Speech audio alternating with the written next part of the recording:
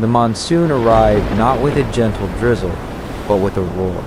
A relentless downpour began, turning the familiar dirt paths of the village into muddy streams and blurring the distant hills into a gray haze.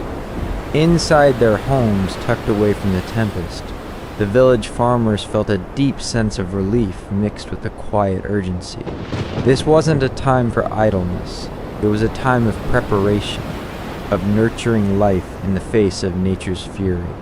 The rhythmic patter of rain on tin roofs and the low rumble of thunder created a cozy symphony, a perfect backdrop for the meticulous work of seed preservation and preparation.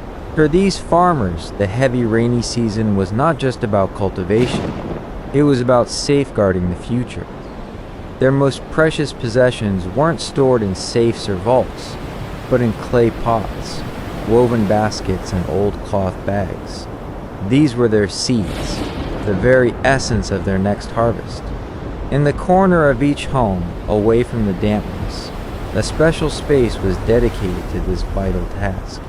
The air inside was thick, with the earthy scent of dried soil and the faint, sweet smell of stored grains. As the wind howled outside, a farmer might carefully unseal a pot, a gesture of reverence. Inside, tucked in layers of dried leaves or ash, were the tiny, hard kernels of last season's bounty. Each seed was a promise, a link to the past, and a hope for the future. The seeds of various vegetables, beans, and gourds had to be perfectly dry before the monsoon, a task requiring keen observation and a lot of sun. Now, with the sun a distant memory, the focus shifted to protection. They would check the containers, ensuring no moisture had seeped in. Sometimes, a handful of seeds would be brought out and spread on a clean, dry cloth near the hearth fire, a gentle heat coaxing out any lingering dampness. This was a communal ritual. Neighbors would share tips and old wisdom, a quiet conversation over steaming mugs of hot tea. They talked about which seeds had performed best the previous year, which ones were most resistant to the whims of the weather. These weren't just seeds, they were stories passed down from generation to generation. The true magic began after the initial heavy downpour, when the rain would settle into a more predictable pattern. The ground, now soft and soaked, was ready. Even with the sky still a bruised gray, farmers would venture out, their boots sinking into the rich, dark mud. This was the time for planting, a labor of faith and endurance. They wouldn't plant the main paddy crop yet, not with the field submerged, but they would focus on the hardy vegetables and beans that thrived in these conditions. Children would join in, their laughter echoing through the humid air as they helped their parents. The small, elevated plots near the homesteads were perfect for this. They would use simple tools to create small furrows, their hands expertly pressing the tiny seeds into the welcoming earth. The seeds of various beans were particularly beloved. These were often planted along fences or near the walls of houses, where they could climb and find support. The farmers knew that the vigorous growth of these vines was a sign of a healthy season to come. It was a comforting sight to see the first tender green shoots emerge from the dark soil, a tiny beacon of hope against the endless gray of the sky. The heavy rain presented unique challenges. Young seedlings could easily be washed away or drowned by excessive water, so farmers would build small ridges and channels around their plots, guiding the rainwater away from the most delicate plants. This was a form of silent communication with nature, a negotiation of needs. The thunder still rumbled, a constant low growl, but inside the homes, the feeling was one of peace and purpose. The sound of the rain was a lullaby, a reassurance that the earth was being watered, and the seeds, now snuggled in the soil, were ready to grow.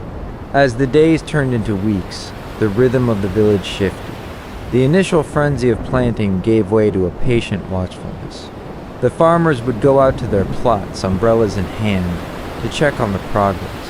The leaves of the young plants, glistening with raindrops, were a sight of immense beauty and satisfaction. They would carefully weed out any unwanted growth, their hands moving with a practiced gentleness. The air was thick with the scent of wet earth and burgeoning life. This was the time of nurturing, of tending to the small green dreams they had planted in the mud. Sometimes, a particularly violent thunderstorm would roll in, rattling the windows and sending torrents of rain cascading down. Inside, families would huddle together, but there was little fear. They had done their part. They had chosen the strongest seeds, prepared the soil, and built the protective channels. Now, the rest was up to the earth and the sky. They would tell stories and sing songs, their voices a quiet counterpoint to the storm outside. The sound of the wind was a wild, untamed music, but the feeling of being safe and warm inside, with their seeds planted and their faith in the coming harvest, was a deep and comforting one. As the weeks passed, the plants grew stronger. The bean vines stretched towards the sky, their tendrils wrapping around their supports with a determined grip. The vegetable plants, their leaves broad and green, spread out to capture every drop of light that pierced through the clouds. The farmers felt a growing sense of quiet pride. They were not just growing food. They were participating in a timeless cycle of life and renewal. The seeds, once tiny and dormant, were now a vibrant part of the landscape, a testament to their care and patience. The harvest of these early crops was a small but significant celebration. The first beans and gourds were a taste of the bounty to come. They were gathered with care and brought into the homes, where they would be cooked and shared, a delicious reminder of the hard work and faith that had gone into their creation. The taste of these vegetables was different. It held the flavor of the heavy rain, the deep earth, and the quiet determination of the farmers who had nurtured them. Even as the heavy monsoon continued, the farmers were already looking ahead. They knew that these early crops were just a precursor to the main event, the harvest of the paddy, which would begin once the rains finally eased. But for now, they were content. They had weathered the storms, both literally and figuratively. Their seed stores were safe, their early crops were thriving, and the land, soaked and sated, was ready for the next phase. The cozy, rhythmic sound of the rain was no longer a sign of a storm, but a steady beat of life, a promise of a future harvest, and a deep, abiding connection to the land that sustained them. The air, heavy and thick with the promise of rain, hangs over the paddy fields. It's a familiar feeling, this pregnant silence before the monsoon breaks, a hush that seems to hold its breath. For the farmer, this isn't just a season, it's a rhythm of life, a deeply ingrained part of their existence. The rainy season, far from being a time of stillness, is a period of intense activity, marked by the meticulous labor that ensures a bountiful harvest. As the first fat drops begin to fall, a sense of quiet determination settles over the village. The pitter-patter on tin roofs becomes a soothing drumbeat, a symphony of the monsoon. In this weather, the earth itself seems to sigh in relief. The parched, cracked soil, which has endured the harsh summer sun, eagerly drinks up the moisture. This is the prime time for planting, particularly for paddy rice, the staple crop for many farmers. The cultivation process is a ballet of tradition and technique honed over generations. Farmers, with their dhoti or pants rolled up, wade into the flooded fields. The water is often ankle deep, sometimes even knee-high, and it's here that the true work begins. The method is a mix of preparation and precision. Before the heavy rains arrive, farmers prepare their seed beds. They select the best seeds from the previous harvest, ensuring they are healthy and free from disease. These seeds are soaked in water for a day or two and then left to germinate in a warm, moist place. The tiny white shoots that emerge are a sign of life, a harbinger of the future crop. Once the seedlings are a few inches tall, and the fields are perfectly waterlogged by the monsoon downpours, the transplanting begins. This is a community effort, a collective ritual. Neighbors and family members often work together. their laughter and chatter cutting through the sound of the rain. They form a line, bending at the waist, and with practiced ease they plant the seedlings one by one, a few inches apart. The water serves a crucial purpose. It protects the tender plants from pests and weeds, and it also regulates the soil temperature. The rhythmic motion of their hands, pushing the young plants into the soft mud, is hypnotic. It's a slow, deliberate process, but there is a certain grace to it. The rain, which can be a gentle drizzle or a ferocious downpour, adds to the ambiance. Sometimes, they work under the shelter of large, woven palm leaf hats, which offer some protection from the relentless rain. Other times, they simply embrace it, the water mixing with the mud on their skin, a testament to their connection with the land. The heavy rain isn't just a backdrop, it's a character in this story. The constant presence of rain and the threat of thunderstorms shape every decision. Farmers have to be vigilant, monitoring water levels to ensure the fields aren't too flooded, which could drown the young plants. They create small channels and embankments to manage the flow of water, a rudimentary but effective irrigation system. Thunderstorms, with their sudden bursts of lightning and the deep rumble of thunder, are a reminder of nature's power. The farmer, however, remains unperturbed. They have a profound respect for these forces, a deep-seated belief that they are part of a larger cycle. The distant thunder is often seen as a sign of a good harvest, a blessing from the skies. Beyond the fields, the rest of their lives are also shaped by the rain. Homes, often made of mud and thatch, are cozy havens. The smell of wet earth and damp wood fills the air. Inside, families gather. The pace of life slows down a notch. The rain offers a moment of reflection, a chance to rest after a long day in the fields. The evenings are spent mending tools, weaving baskets, or simply sharing stories. The sound of rain on the roof is the constant background music, a lullaby that lulls everyone into a state of peace. Food during this season takes on a special significance. Hot, steaming meals are a comfort, a way to ward off the chill. Pitha, a traditional rice cake, is a popular snack. Made from rice flour, jaggery, and coconut, it's a sweet treat that is perfect for a rainy afternoon.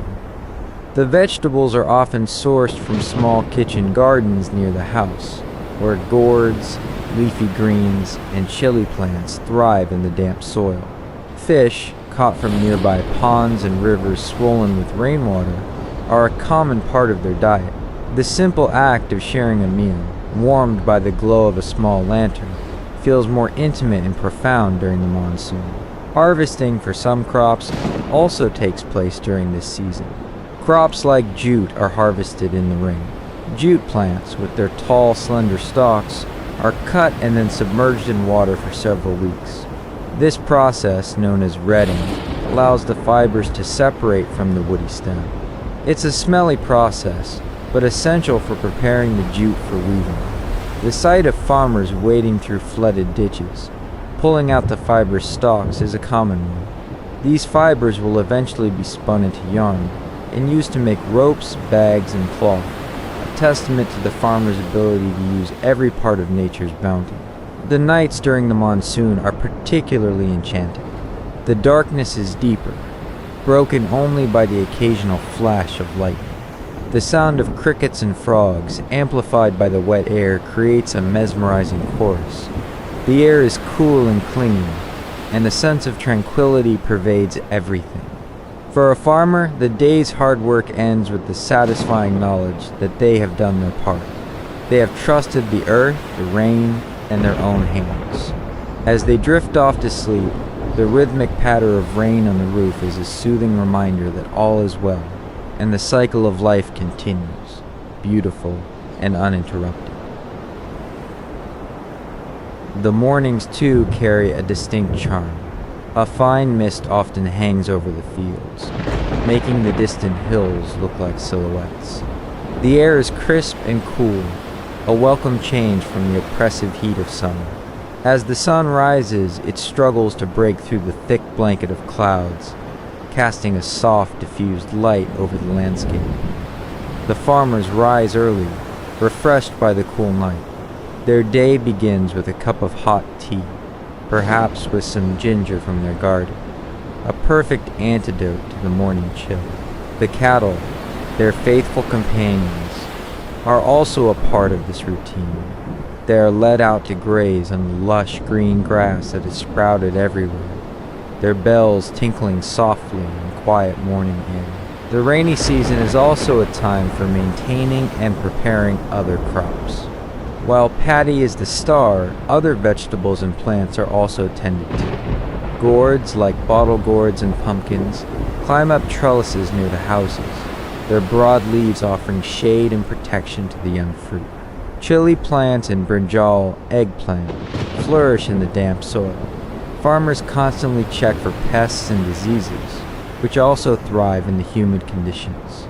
This constant vigilance is a testament to their deep knowledge of their land and its needs.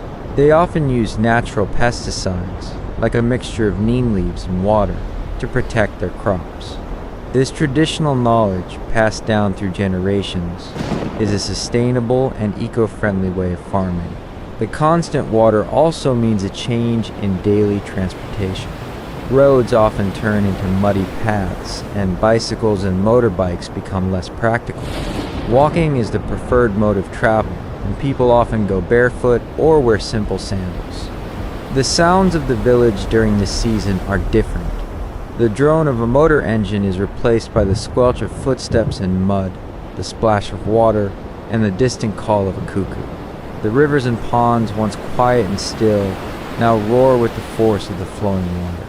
For children, it's a time of unbridled joy. They splash in puddles, sail paper boats in the overflowing drains, and play in the rain without a care in the world. Their laughter is a cheerful sound that echoes through the village, a beautiful contrast to the serious work of their parents. The relationship between the farmer and the rain is one of deep respect and humility. They understand that they are not in control. They are merely partners with nature. A good monsoon brings hope and prosperity. A bad one can lead to hardship. This uncertainty is a part of their life, and it has taught them resilience and patience. They rely on their instincts and their connection to the land to guide them. They can feel the change in the air, read the signs in the sky, and know when the rain is coming. This intuitive knowledge is more valuable than any modern weather forecast. The farmer's life is a constant conversation with the elements, a dance of give and take. As the monsoon continues, the paddy fields transform into a vibrant sea of green. The young seedlings, once fragile and small, now stand tall and strong, swaying gently in the wind. The sight of these lush fields, stretching as far as the eye can see, is a source of immense pride and satisfaction for the farmer. It is the visual representation of their hard work and dedication. The oral backdrop is just as beautiful. The constant hum of insects, the croaking of frogs, and the gentle whisper of the wind through the tall grass create a serene and calming environment. Evenings during the monsoon are a time for communal gatherings. Villagers often sit together under the shelter of a porch, sipping tea and sharing stories. The air is cool and fragrant with the scent of wet earth. Sometimes a gentle breeze rustles the leaves, and the rain becomes a soft, rhythmic patter, a lullaby for the soul. The heavy downpour, when it comes, can be a time for quiet reflection. The world outside disappears into a misty blur, and there is a sense of being cocooned, safe and secure in the warmth of home. The occasional flashes of lightning illuminate the dark sky, followed by the deep, resonant rumble of thunder, a powerful reminder of nature's presence. This feeling of being a small but integral part of a vast and powerful natural world is a core part of the farming life. The rainy season, with its challenges and its beauty, is a crucial part of the agricultural cycle. It is a time of intense labor, but it is also a time of rejuvenation for both the land and the people who work it. The rhythm of the rain dictates the pace of their lives, and they move with it, in harmony. The farmer's life is a testament to the fact that true peace and contentment are not found in the absence of hardship, but in the ability to find beauty and purpose in the everyday, to work with nature rather than against it, and to trust in the simple yet profound cycle of life and growth. The evenings during the monsoon are a time for communal gatherings. Villagers often sit together under the shelter of a porch, sipping tea and sharing stories. The air is cool and fragrant with the scent of wet earth. Sometimes, a gentle breeze rustles the leaves, and the rain becomes a soft, rhythmic patter, a lullaby for the soul. The heavy downpour, when it comes, can be a time for quiet reflection. The world outside disappears into a misty blur, and there is a sense of being cocooned, safe and secure in the warmth of home. The occasional flashes of lightning illuminate the dark sky, followed by the deep, resonant rumble of thunder, a powerful reminder of nature's presence. This feeling of being a small but integral part of a vast and powerful natural world is a core part of the farming life. The rainy season, with its challenges and its beauty, is a crucial part of the agricultural cycle. It is a time of intense labor, but it is also a time of rejuvenation for both the land and the people who work it. The rhythm of the rain dictates the pace of their lives, and they move with it, in harmony. The farmer's life is a testament to the fact that true peace and contentment are not found in the absence of hardship, but in the ability to find beauty and purpose in the everyday, to work with nature rather than against it, and to trust in the simple yet profound cycle of life and growth. The farmer's year is defined by the seasons, and while the dry months are for preparing and waiting, the monsoon is a period of intense, focused labor. The act of harvesting during the rainy season is a testament to resilience, a dance between human effort and the immense power of nature. It's a time when the fruits of their hard work are finally brought in, often against the backdrop of relentless rain, the rumble of thunder, and the squelch of mud underfoot. This is not the clean, sun-drenched harvest of a Western imagination. It is a raw, earthy, and profound experience. While paddy planting is the quintessential image of the monsoon, the rainy season also sees the harvest of several other vital crops, each with its own unique methods and challenges. The farmer's life is a complex web of interconnected activities, and managing multiple harvests in a single, challenging season requires deep knowledge, foresight, and an unshakable connection to the land. One of the most important cash crops harvested during the monsoon is jute. In a country like Bangladesh, jute is a cornerstone of the economy and a crucial part of the agricultural landscape. The process of harvesting jute is a prime example of the farmer's intimate relationship with water. Jute plants, with their tall, slender stalks, are typically ready for harvest around 100 to 120 days after sowing. The harvesting process begins by cutting the plants close to the ground, a task often done by hand with a sickle. The stalks are then tied into large bundles and left in the field for a day or two to allow the leaves to shed. This is where the rain becomes a critical partner. The next step is retting, a process that relies entirely on water. The jute bundles are submerged in slow-moving or stagnant water, such as a pond, ditch, or a flooded field, for a period of several weeks. The water must be non-saline and deep enough to fully immerse the stalks. The retting process is a microbial one. Bacteria and fungi break down the soft tissues of the plant, loosening the tough, fibrous strands from the inner woody core. The smell is pungent and earthy, a sign that the natural process is underway. The farmer has to check the progress of the retting regularly, using their hands to feel if the fibers are separating easily. If they are left for too long, the fibers can rot. If they are removed too early, they are too difficult to separate. It is a delicate balance, a skill passed down from one generation to the next. Once the retting is complete, the farmers wade into the water to retrieve the bundles. They then perform a process called stripping or fiber extraction. With the bundles still submerged or partially submerged, they beat the stalks against the water's surface, a rhythmic sound that carries across the fields. This action helps to loosen the fibers, which are then stripped away in long, glistening strings. The stripped fibers are washed thoroughly in clean, flowing water to remove any remaining impurities, and then hung up to dry on bamboo poles or on thatched roofs. The sight of these golden fibers, drying in the humid air, is a familiar and beautiful part of the monsoon landscape. These fibers will eventually be spun into yarn to make ropes, bags, and traditional cloth, a valuable commodity that provides a significant portion of the farmer's income. While the farmer is busy with jute, other crops are also reaching maturity. Many vegetables thrive in the humid conditions of the monsoon. Vegetables like bottle gourd, ridge gourd, and sponge gourd are often harvested during this time. These are climbing plants, and the farmer has to meticulously check the trellises and fences on which they grow. The soft green gourds, swollen with rainwater, are a comforting sight. The harvesting of these vegetables is a daily ritual, as they are often picked when they are young and tender for the best flavor.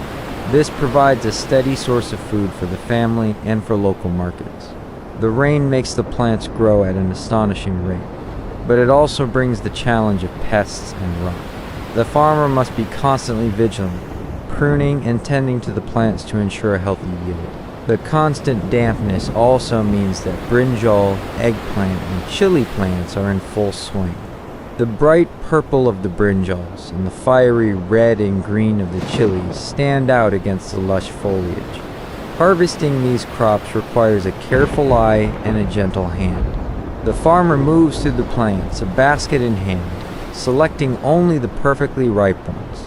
The sensation of the cool rain on their skin as they work, the soft mud giving way under their feet, and the familiar scent of wet earth and growing things is a deeply sensory experience.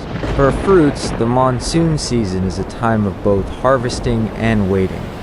While many fruits ripen in the late summer, some, like guava, come into their own during the monsoon.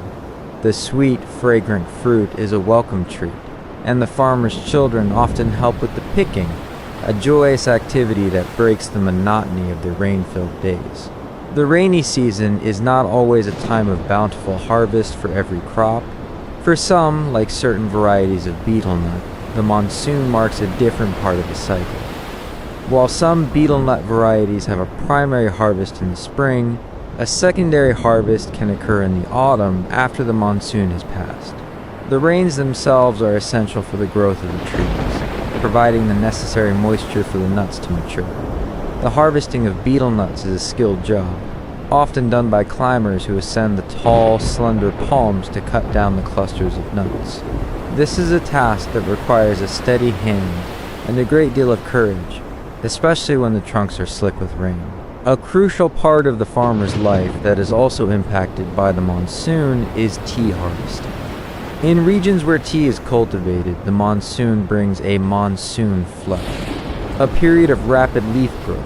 While this flush produces a higher volume of tea, the quality is often considered lower than the first or second flushes due to the rapid growth, which can dilute the flavor compounds. However, this flush is still a significant part of the annual yield. The tea pickers, often women, move through the plantations with large baskets on their backs, plucking only the 2 leaves and a bud. They work tirelessly, their hands a blur of motion, even as the rain falls. The sound of their footsteps on the wet soil and the rustling of the leaves are part of the daily rhythm of the tea estates. The oral landscape of the monsoon harvest is as important as the visual. The rhythmic squelch of footsteps, the splash of water, the creaking of the bamboo poles, the distant beat of a farmer's hand on a jute bundle. All these sounds come together to create a unique symphony. It is a symphony of labor and life, a powerful reminder of the deep connection between the people, the land, and the weather. The farmer understands that the heavy rains, while challenging, are also a blessing, a promise of sustenance and prosperity. This profound understanding of the cyclical nature of life, a feeling of being a small but essential part of a larger natural process, is the very essence of the farmer's peaceful and purposeful existence during the rainy season.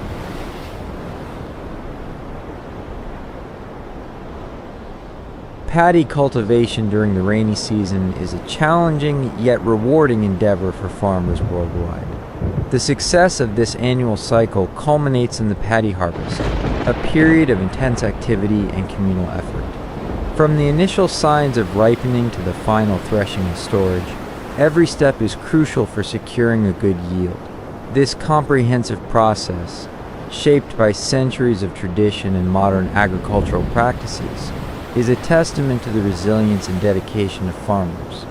The anticipation and preparation, the journey to harvest begins long before the first grain is cut.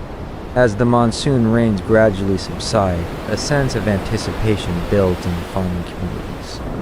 Farmers constantly monitor their fields, observing the changing color of the paddy from vibrant green to a golden yellow. This color change is the primary indicator that the crop is reaching maturity. The grains become firm and the stalks begin to bend under their weight. This stage, known as the grain filling stage, is critical as it determines the final quality and quantity of the yield. Farmers must also meticulously prepare for the harvest. Tools like sickles, scythes, and bags are cleaned and sharpened. Tractors and other machinery, if available, are serviced to ensure they are in working order.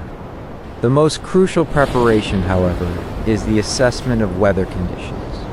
A sudden, unseasonal rain can be disastrous, causing the harvested paddy to spoil or get washed away. Therefore, farmers rely on traditional knowledge, weather forecasts, and their own keen observations to determine the optimal time for the harvest. The harvest period is also a time for community mobilization. Families and neighbors often help each other, creating a cooperative network that is vital for completing the task on time. This communal spirit is a hallmark of agricultural societies, where shared labor reduces the burden on individual farmers. The art of manual harvesting. For many farmers, especially those with smaller landholdings, the harvest is a manual process. This traditional method, while labor-intensive, allows for a more selective and careful harvest. The process begins at dawn, with farmers heading to the fields armed with their sickles. The work is physically demanding, involving bending for long periods under the sun. The farmer holds a bunch of stalks in one hand and uses the sickle to make a clean cut near the base.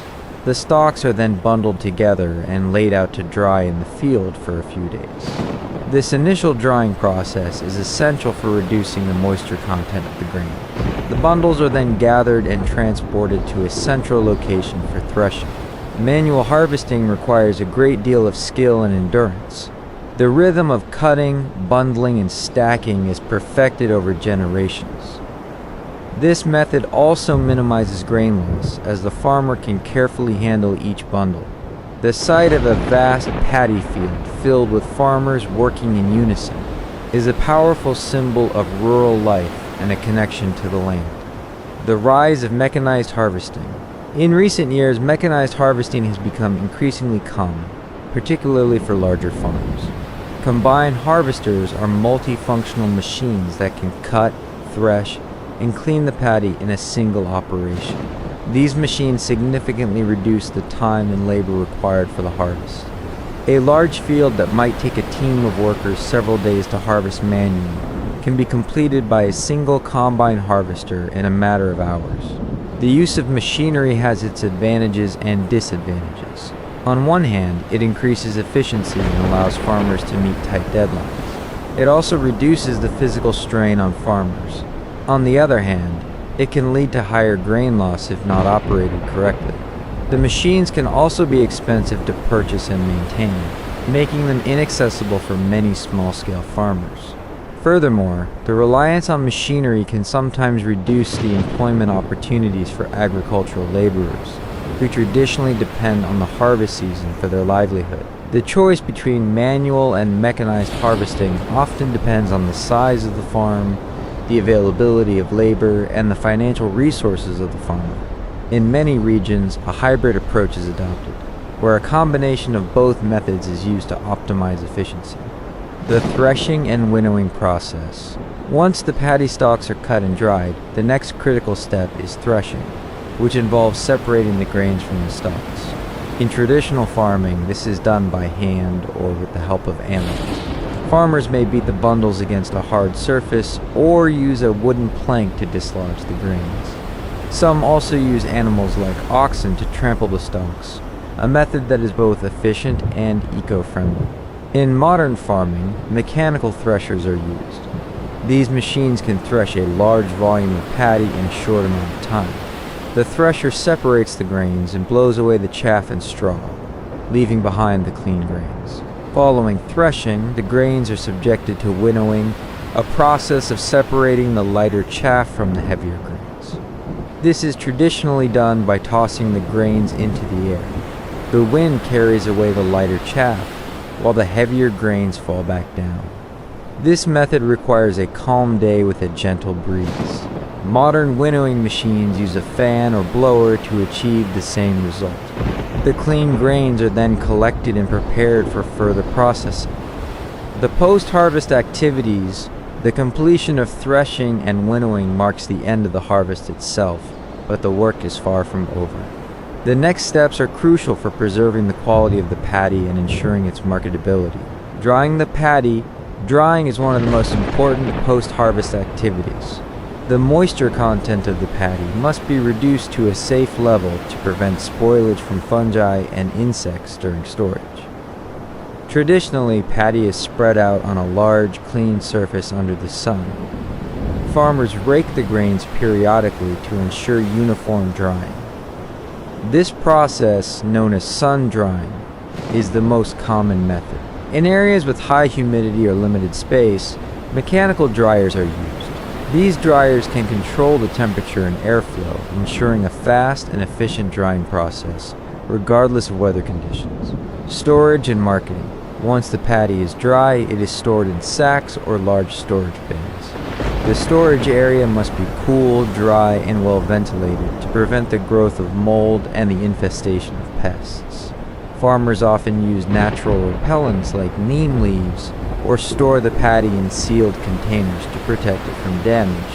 After storage, the farmers face the challenge of marketing their produce. The price of paddy fluctuates based on supply and demand, and farmers must decide when and where to sell their crop to get the best price.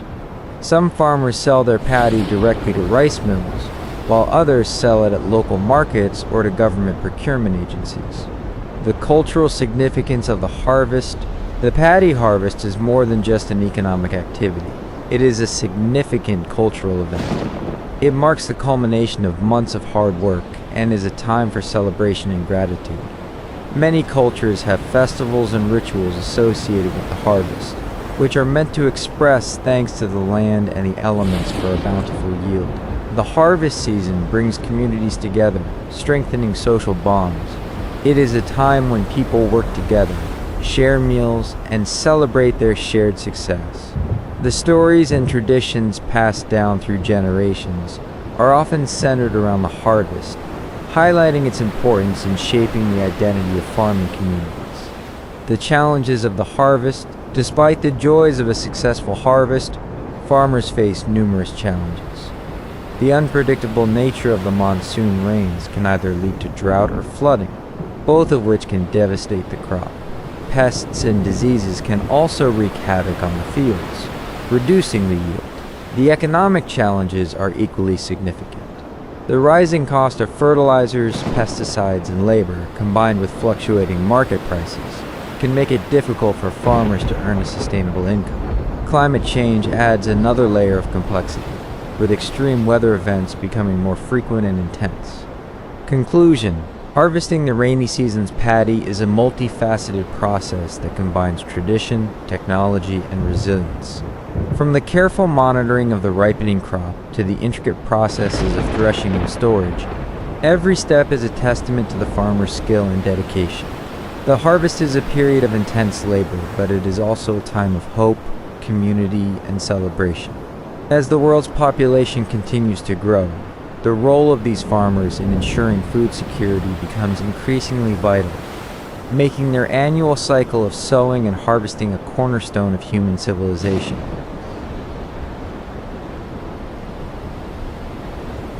The monsoon arrived with a gentle sigh that soon turned into a torrential roar. The sky, once a brilliant blue, became a canvas of bruised grays and deep indigos, and the air filled with the scent of wet earth and growing things. For the village farmers, this wasn't a time to hide from the elements, but a time of profound connection to the land. The heavy rain and the deep rumble of thunder were the heartbeat of the season, and within the cozy confines of their mud and thatch homes, they were filled with a quiet, purposeful energy. The very air felt alive, humming with the promise of new life. Outside, the world was a blur of water and mist, but inside, where the seeds were stored and the families gathered around the hearth, it was a time of warmth, of shared stories, and of a deep, abiding faith in the earth. The first seeds to be brought out were those of the bottle gourd. These were often saved from the most perfect gourds of the previous season, dried and carefully stored in a cool, dark corner. The planting of the bottle gourd was a communal affair, often happening right at the start of the heavy rains. The farmers knew these plants loved the moisture, and they would prepare the soil in elevated mounds to ensure proper drainage. Each farmer would find a spot where the vine could climb, perhaps against the wall of a home or a sturdy trellis built from bamboo. The tiny, unassuming seeds were pressed gently into the soft, rain-soaked earth, a simple gesture of immense hope. As the days passed, the first tender shoots would emerge, a delicate green against the dark soil.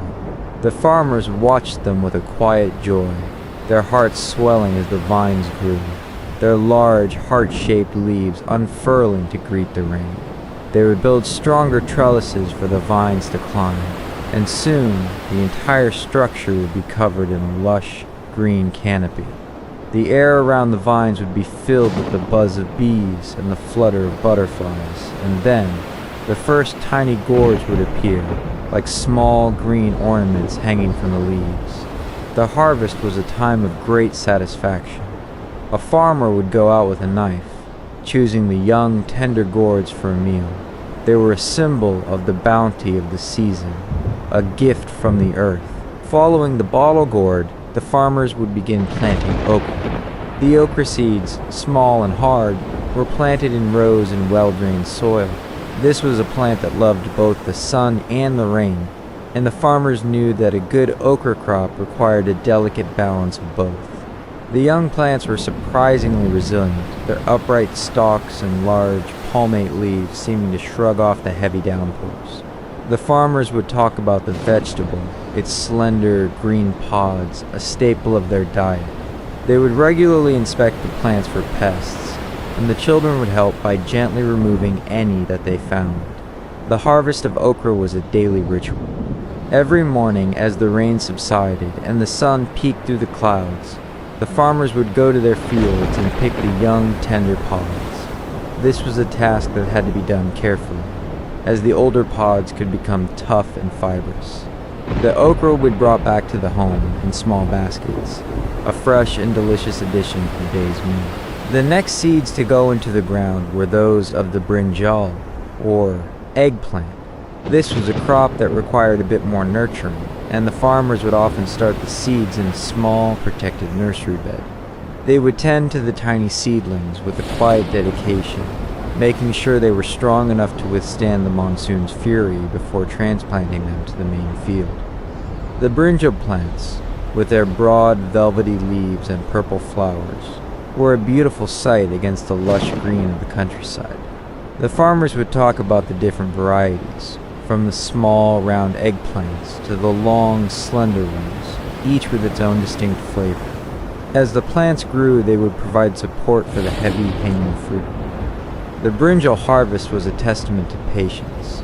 The farmers would wait for the fruit to reach the perfect size, neither too small nor too large, before carefully cutting it from the plant. The brinjals, with their glossy, deep purple skin, were a beautiful sight to behold, a symbol of the quiet persistence of the farmers. As the monsoon intensified, the farmers turned their attention to the cucumber. Cucumbers were a favorite in the village. The seeds were planted in raised beds, and the young vines were given ample space to spread. The farmers knew that the cucumbers thrived in the wet, warm weather, and they would often build a low trellis to keep the fruit from touching the damp soil. The cucumber plants, with their curling tendrils and large yellow flowers, seemed to soak up the rain and the humid air, their growth almost visibly rapid. The sound of the wind rattling the leaves and the rain beating down was a constant companion to the farmers as they tended their cucumber vines. The harvest was a simple joy. A farmer would go to the field and find a plump green cucumber hanging from the vine. The cool, crisp texture of the fruit was a refreshing treat, and the children would often eat them fresh, right in the field, their faces a picture of pure delight. The ribbed gourd was another climbing vine that was a staple of the rainy season. Like the bottle gourd, its seeds were planted early, and the vines were trained to climb on bamboo trellises. The farmers marveled at the speed with which the ribbed gourd vines grew, their ridged gourds hanging like lanterns from the lush foliage.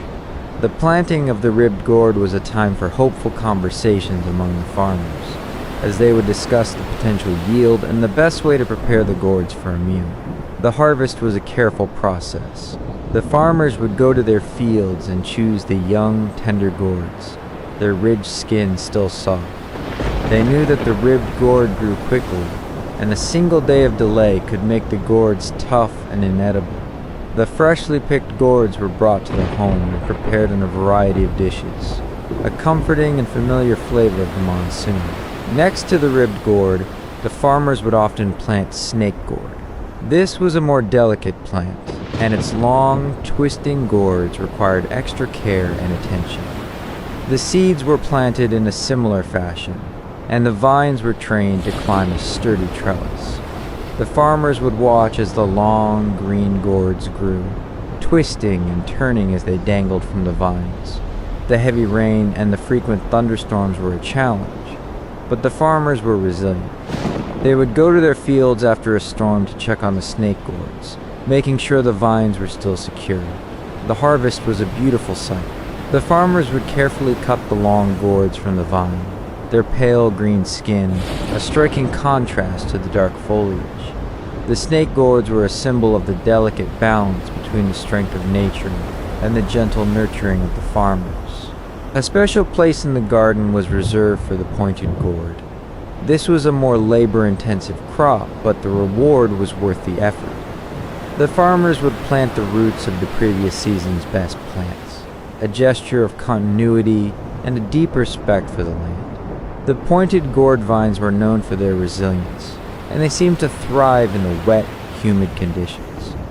The farmers would build low mounds for the vines to grow on, and they would carefully tend to the plants, making sure they were protected from pests.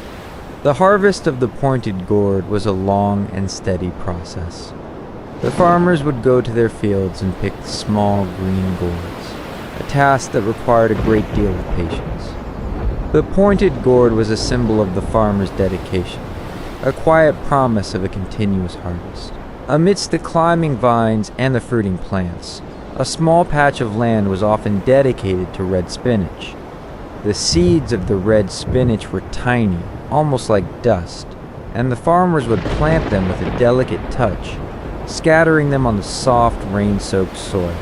The red spinach was a quick-growing crop, and within a few weeks the patch would be a vibrant mosaic of red and green leaves. The farmers knew that the red spinach was a sign of the bounty of the season, and they would harvest it with a sense of quiet gratitude. The leaves would be brought back to the home and prepared in a simple, delicious stir-fry, a meal that was a taste of the earth and the rain. The pumpkin was a crop that was planted with a sense of deep anticipation. The pumpkin seeds, large and flat, were carefully pressed into the soft earth. The farmers knew that the pumpkins needed a lot of space to grow, and they would often plant them in a large, open area where the vines could spread out. The rain seemed to invigorate the pumpkin plants, and their large, palmate leaves would unfurl with a surprising speed.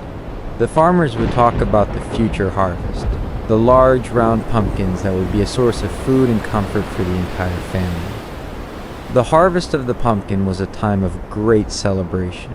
The farmers would bring the heavy pumpkins back to their homes, a symbol of the abundance of the land and the hard work of the season. The last of the fruiting plants to be planted were the tomatoes. The tomato seeds were often started in a protected nursery, and the young seedlings were transplanted to the field after the initial heavy downpour had passed.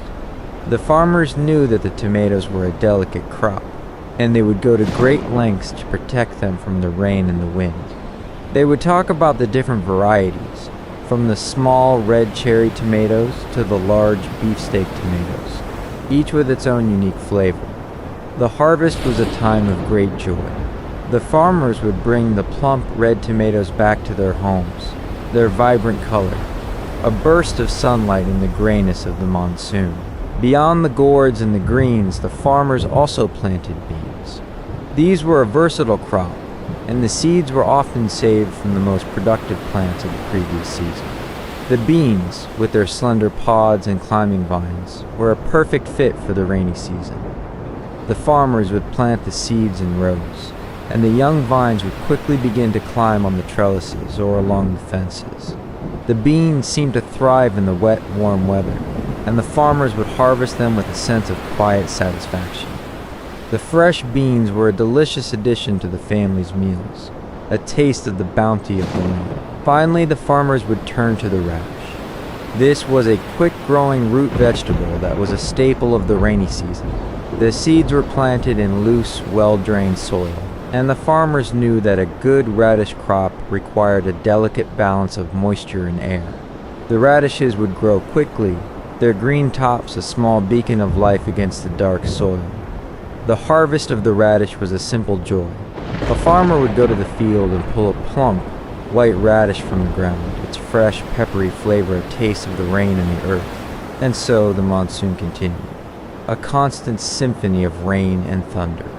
But for the village farmers, it was a time of purpose and peace. They had planted their seeds, nurtured their crops, and tended to their gardens with a quiet dedication. The cozy warmth of their homes was filled with the promise of a bountiful harvest, and the sound of the rain was a lullaby, a steady reminder of the cycle of life and the deep, abiding connection to the land that sustained them.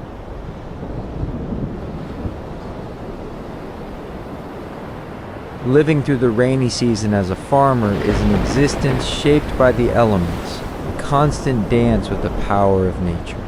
But this experience is vastly different depending on where you are. The mountain farmer, the island dweller, the person living off-grid in a forest, and the farmer near the sea all have unique relationships with the monsoon. They each tell a story of resilience, ingenuity, and a deep connection to their specific corner of the world. The cozy vibe isn't about escaping the rain. It's about finding warmth and purpose within it, a shared understanding that the downpour is a part of life, not a pause from it. The mountain farmer, a symphony of solitude. In the mountains, the monsoon arrives not just as rain, but as a thick, swirling mist that blankets the peaks and valleys. For the off-grid farmer nestled in a remote clearing, this is a time of quiet introspection and intense labor. The world outside their cabin seems to disappear, replaced by a symphony of nature's sounds, the constant patter on the tin roof, the gurgle of swollen creeks, and the distant rumble of thunder echoing through the gorges. The air is cool and moist, carrying the scent of wet pine needles and rich, dark soil. This is a time for indoor projects that were put off during the sunnier months, like repairing tools, weaving baskets, and mending clothes by the warm glow of a fire. This simple act of keeping a fire going becomes a central, comforting ritual.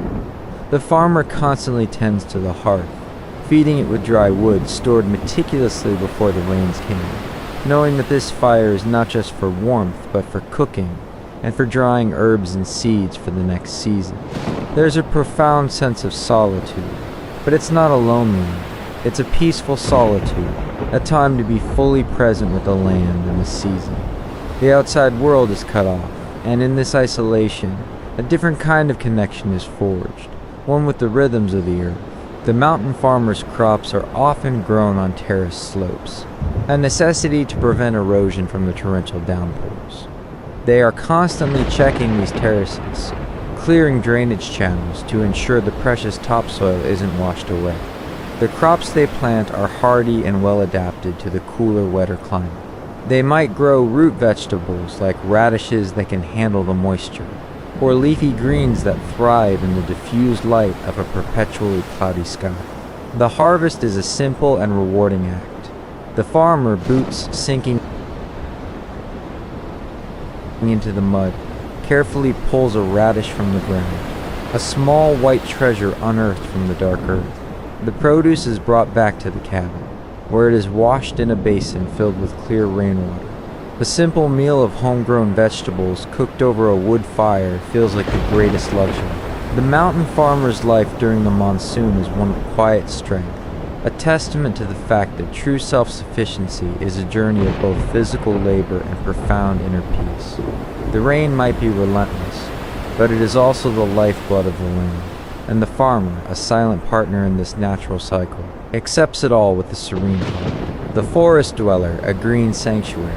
For the farmer living in a deep forest, the monsoon transforms their home into a verdant, living sanctuary.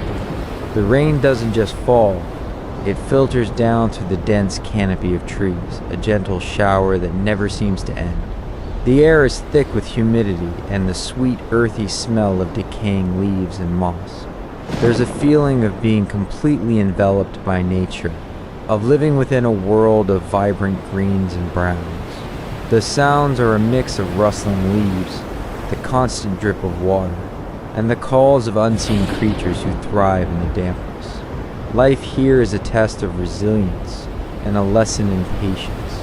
Off-grid living in a forest means a constant battle against the encroachment of wild growth. The farmer spends their days in a rhythm of clearing paths, maintaining their cabin, and tending to their garden plots. The biggest challenge is moisture control. Everything must be carefully stored to prevent mold and rot. Firewood is kept in covered piles, and food is dried and preserved in sealed jars. The crops they grow are often chosen for their ability to thrive in the shaded, humid environment. They might cultivate different kinds of gourds that climb up the tall trees, their vines blending seamlessly with the forest.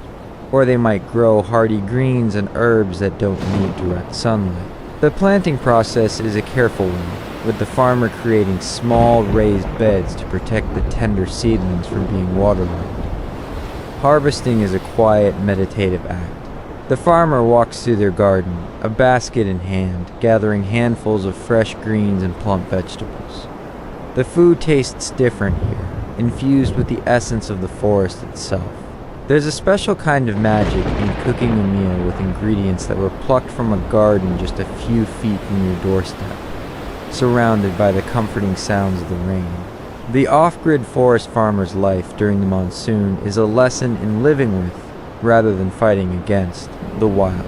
It's about finding comfort and purpose in the raw, untamed beauty of the natural world, and understanding that true abundance is found not in what you own, but in what the land provides. The island farmer, the power of the sea. On an island, the rainy season is an experience defined by the sea. The air is heavy with the scent of salt and rain, a powerful mixture of two immense forces. The weather can change in an instant, with sunny skies giving way to fierce, wind-driven downpours. The farmer's life here is a constant negotiation with the tides and the storms. The sea is both a blessing and a threat. It provides a constant source of humidity that the plants love. But a high tide combined with a heavy storm can spell disaster. The island farmers have developed ingenious ways to cope, from building floating farms on rafts to planting flood-resistant crops. The rhythm of their day is dictated not just by the sun and rain, but by the ebb and flow of the ocean. The crops they grow are often chosen for their resilience to both salt and floodwaters. They might cultivate varieties of gourds and greens that can withstand the unique challenges of the island environment. Their farming plots are often a mix of elevated beds and traditional ground planting, a strategic layout to mitigate the risk of flooding. The community here is a tight-knit one, a necessity for survival. Neighbors help each other build and maintain their floating gardens. sharing seeds and knowledge passed down through generations. The harvest is a communal celebration. Families gather to help pick the produce, their hands moving quickly to gather as much as possible before a storm rolls in. The food they grow is a reflection of their environment, with a fresh, crisp taste that is a perfect complement to the seafood that is a staple of their diet. The island farmer's life during the monsoon is a beautiful and delicate balance, a testament to the power of community and a deep respect for the forces of the ocean and the sky. They know that the sea is both their provider and their greatest challenge, and they live with a quiet determination, finding strength in their shared experience. The coastal farmer, a life of salinity and storms. Near the sea, the rainy season brings a unique set of challenges and rewards. The air is thick with moisture and the salty spray of the waves. The monsoons here are often more intense, with powerful winds and storms that can bring in tidal surges and flood the low-lying farmlands. The farmer's life is a constant battle against salinity and waterlogging. The soil, which is often a mix of sand and clay, struggles to drain, and the salt water from the sea can ruin crops. But with these challenges come opportunities. The high humidity is perfect for a variety of crops, and the rain, when it falls in a predictable pattern, is a lifeline. The farmers here are masters of adaptation. They have learned to build intricate drainage systems to guide the water away from their fields, and they plant specific salt-tolerant varieties of vegetables. The cozy vibe here is found in the shared stories of survival. Families gather in their homes, listening to the roar of the wind and the relentless beat of the rain. They talk about the storms of years past, the floods that washed away everything, and the crops that miraculously survived. This shared history of resilience creates a strong bond. The farmers work together to build and maintain the embankments that protect their fields. The harvest is a quiet victory. The farmer goes to the field after a storm, their heart filled with a mixture of hope and fear. They check on their crops, their hands moving with a gentle touch. Finding a perfectly formed vegetable is a moment of pure joy, a small victory against the immense power of nature. The coastal farmer's life during the monsoon is a constant reminder of the fragility of human existence and the immense strength of the human spirit. They are a testament to the fact that with enough grit and ingenuity, one can not only survive but thrive in the face of nature's most powerful forces. The relentless monsoon rain poured down, a solid sheet of gray that seemed to merge the sky and the churning sea.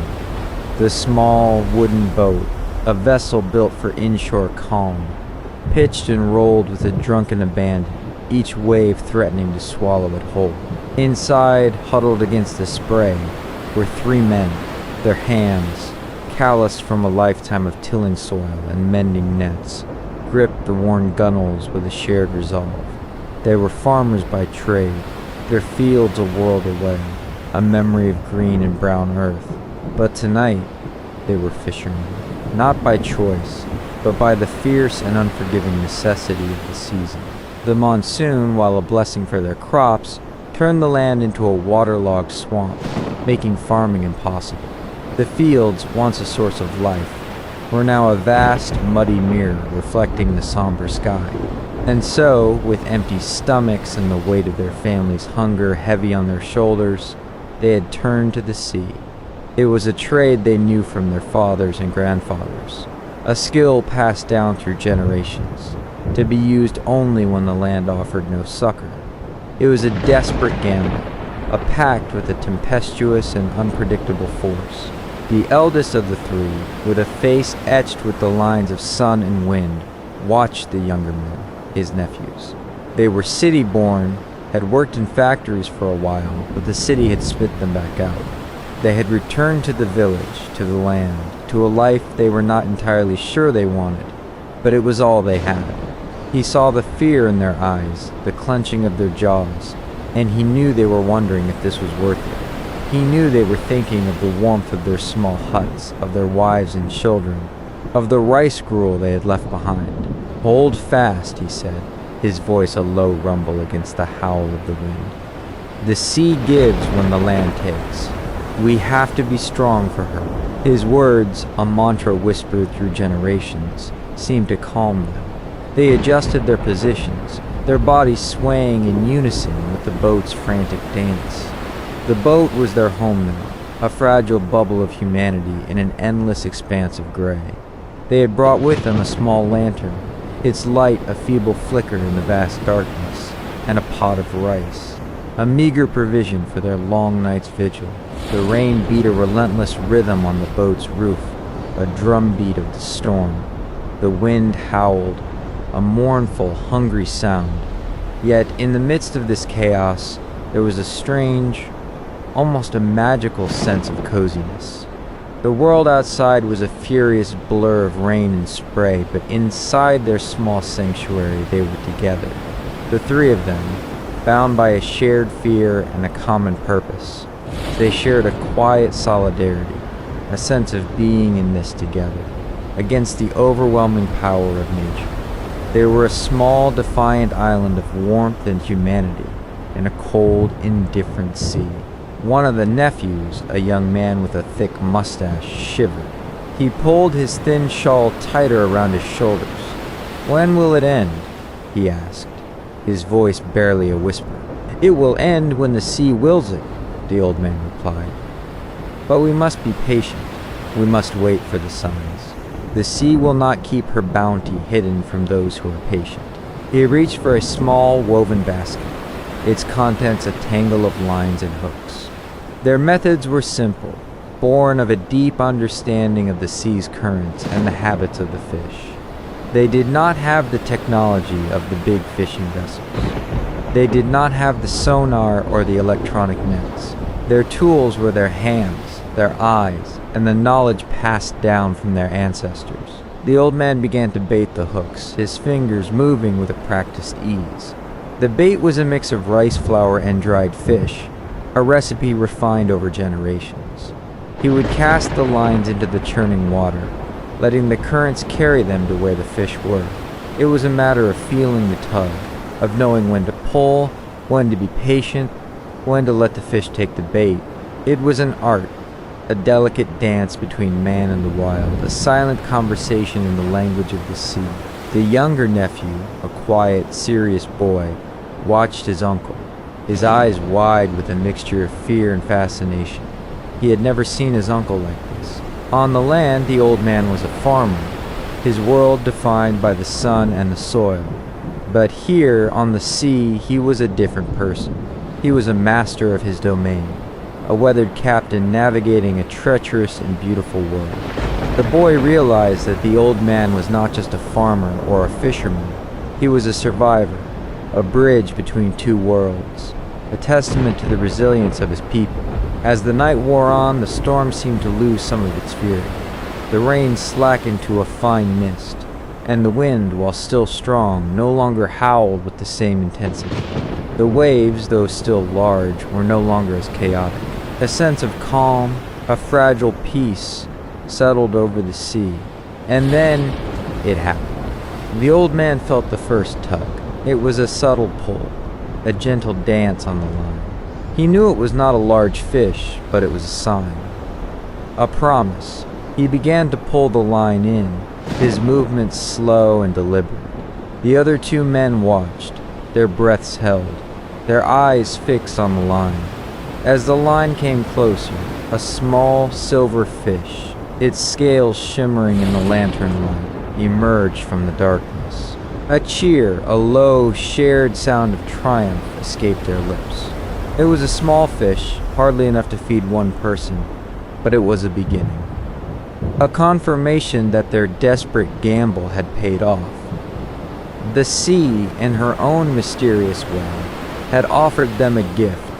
The old man smiled, his face a map of joy and relief. "See," he said, "she rewards those who are patient."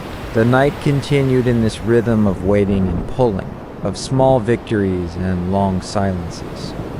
The boat, their sanctuary, filled with the promise of food, of life. They caught a few more fish, each one a small treasure. A large, fat sea bream, its scales a beautiful mosaic of blues and silvers. A handful of smaller fish, perfect for a curry. The pot of rice, once a meager provision, was now the centerpiece of a feast, a promise of a full stomach and a contented sleep. As the first slivers of dawn painted the sky in shades of pink and orange, the storm was a distant memory. The sea, once a churning cauldron of chaos, was now a calm, rhythmic expanse. The boat, their small, defiant island, glided through the gentle waves, its occupants filled with a quiet joy. The air, once thick with the scent of salt and rain, was now filled with the promise of a new day, of sun and warmth. They were not rich men. They would return to their homes with a few fish, a temporary reprieve from hunger. But they had done something more than just catch fish. They had faced the sea in her most furious mood, and they had survived. They had found joy in the simple act of being together, of sharing a common purpose, of knowing that they were capable of facing the world in all its chaotic and beautiful glory. They were farmers, yes, but they were also fishermen. They were two halves of the same whole, their lives a testament to the fact that when one door closes, another, more tumultuous, more beautiful one often opens. And as they rowed towards the shore, towards their land and their families, they knew that the sea, in her tempestuous and beautiful way, had taught them something profound. She had taught them that survival was not just about strength. It was about resilience. It was about patience. It was about the joy of a shared struggle and the warmth of a small, flickering light in the heart of a storm.